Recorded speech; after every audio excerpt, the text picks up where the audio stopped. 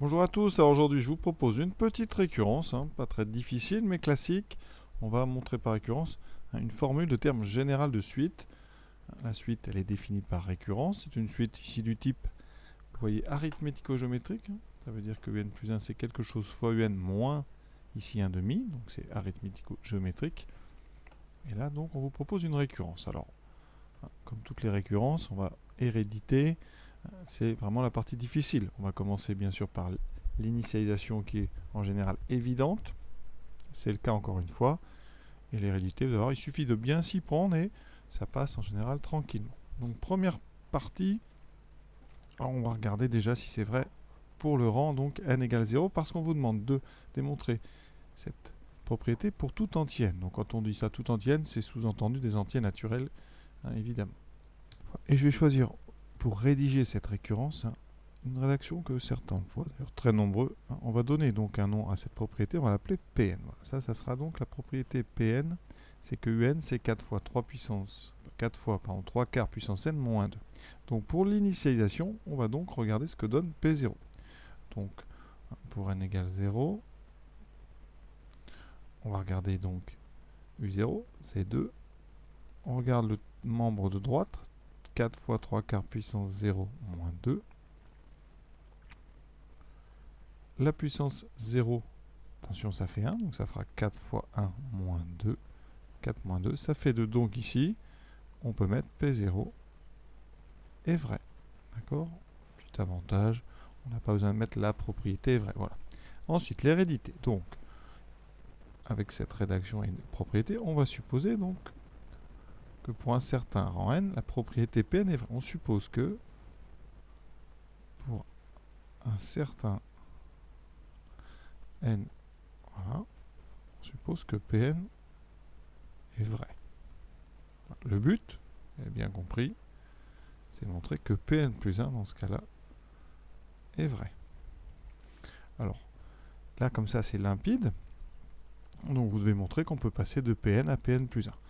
Alors on va quand même écrire les propriétés parce que ce type de notation, évidemment ça reste un petit peu flou. Donc ici, donc on suppose, donc on sait que Un c'est 4 fois 3 quarts puissance n moins 2. Alors attention, on ne le suppose pas quel que soit n, c'est vraiment ça le cœur de ce genre de raisonnement, c'est on le suppose une seule fois pour un certain n. Voilà, un certain n générique, mais on le suppose qu'une seule fois. Et on veut montrer que vraiment c'est au rang suivant la même chose. Donc ici, on veut montrer qu'en utilisant uniquement 4 fois 3 quarts puissance n moins 2, on peut démontrer que Un plus 1 c'est 4 fois 3 quarts puissance n plus 1 moins 2.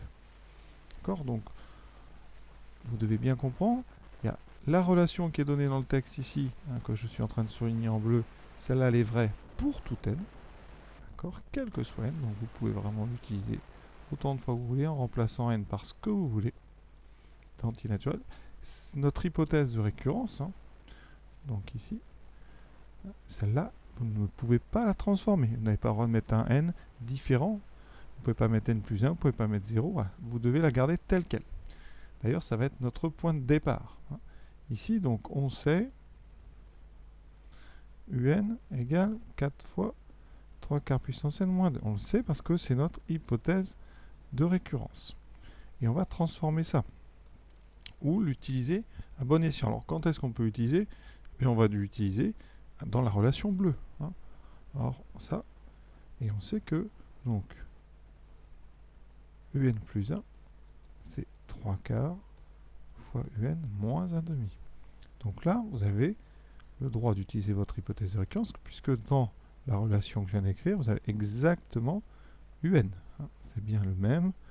Donc on peut remplacer, ce qui donne 3 quarts multiplié par 4 fois 3 quarts à la puissance n moins 2 moins 1 demi. On développe tranquillement.